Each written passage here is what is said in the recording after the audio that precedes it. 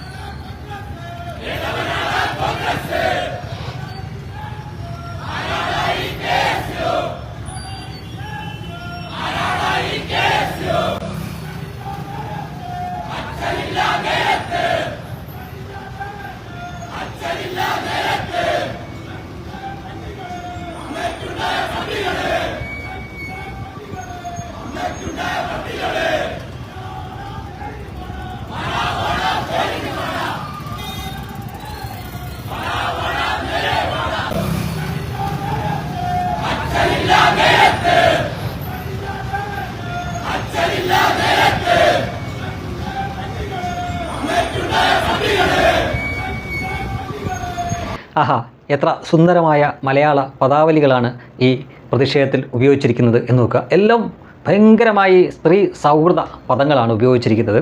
ഇവരെന്തിനാണ് ഈ പ്രതിഷേധം നടത്തിയതെന്ന് ചോദിച്ചു കഴിഞ്ഞാൽ, സ്ത്രീയായ നമ്മുടെ ആരോഗ്യമന്ത്രി വീണ ജോർജിനെ KSUക്കാർ പ്രതിഷേധത്തിൻ്റെ ഭാഗമായിട്ട് അവരുടെ കഴുത്തിന് പിടിച്ചു, അവരുടെ കൈ പിടിച്ച് തിരിച്ചു എന്നൊക്കെ പറഞ്ഞുകൊണ്ടാണ് ഈ പ്രതിഷേധം നടത്തുന്നത്. പക്ഷേ വീഡിയോയിലൊന്നും നമ്മൾ അത്തരം ചിത്രങ്ങളോ ദൃശ്യങ്ങളോ ഒന്നും നമ്മൾ കണ്ടില്ല.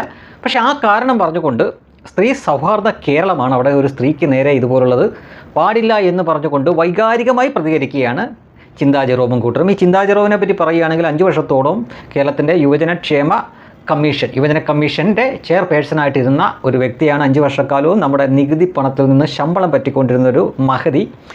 ഇപ്പോൾ ഈ പ്രതിഷേധ സമരം നടത്തുമ്പോൾ 100% സ്ത്രീ സൗഹൃദമായിട്ടുള്ള മലയാളത്തിൻ്റെ പദാവലി തന്നെയാണ് ഉപയോഗിച്ചിരിക്കുന്നത്. അതായത് ഒരു ഉദാഹരണം അതിലെ ഞാൻ പറയുകയാണെങ്കിൽ ഇങ്ങനെ വരും. അവരുടെ ഭാഷ ഉപയോഗിക്കാൻ എനിക്ക് നിവൃത്തിയില്ല, എങ്കിലും അതിങ്ങനെയാണ് അവർ പറഞ്ഞു വെച്ചത്. പിതാവില്ലാത്ത നേരത്ത് മാതാവിന് ഉണ്ടായ നായ്ക്കളെ എന്നതിൻ്റെ തനിയായിട്ടുള്ള മലയാള പദാവലിയാണ് അവർ ഉപയോഗിച്ചിരിക്കുന്നത്. ഇത് തീർച്ചയായിട്ടും നല്ല സ്ത്രീ സൗഹൃദമാണല്ലോ. അതായത് KSUക്കാർ വീണ ജോർജിനെതിരെ എന്തെങ്കിലും തെമ്മാടിത്തരം കാണിച്ചിട്ടുണ്ടെങ്കിൽ KSUക്കാരൻ്റെ തള്ളയ്ക്ക് വിളിച്ചതാണ് നിങ്ങൾ ലളിതമായി പറഞ്ഞു കഴിഞ്ഞാൽ ഈ കേട്ടത് അല്ലെ. അതാണ് ചിന്താ ജെറോമും കൂട്ടരും കൈക്കൊണ്ട് നടക്കുന്ന അവരുടെ സ്ത്രീ സൗഹൃദ കേരളത്തിൻ്റെ ഉത്തമ ഉദാഹരണം.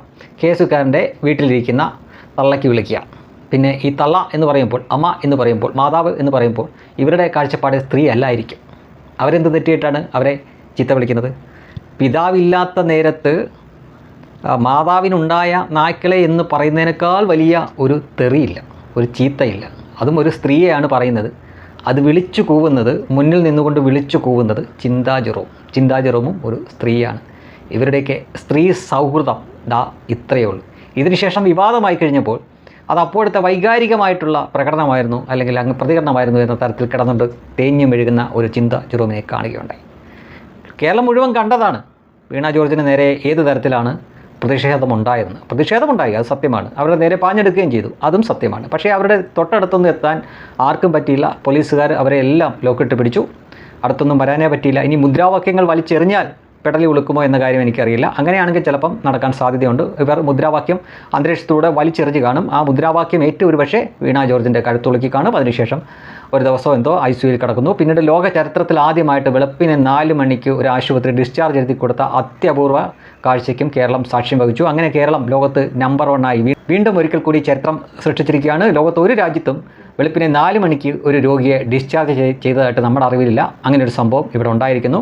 അപ്പോൾ പിന്നെ ചിന്താ ജെറോമിൻ്റെയും കൂട്ടരുടെയും ഇത്തരം ചില പ്രതിഷേധ പ്രകടനങ്ങളും മലയാള ഭാഷ പദാവലി പ്രയോഗങ്ങളും ഒന്നും ഈ മണ്ണിന് യാതൊരു പുതുമയും നൽകുന്നില്ല എന്നത് യാഥാർത്ഥ്യമാണ്.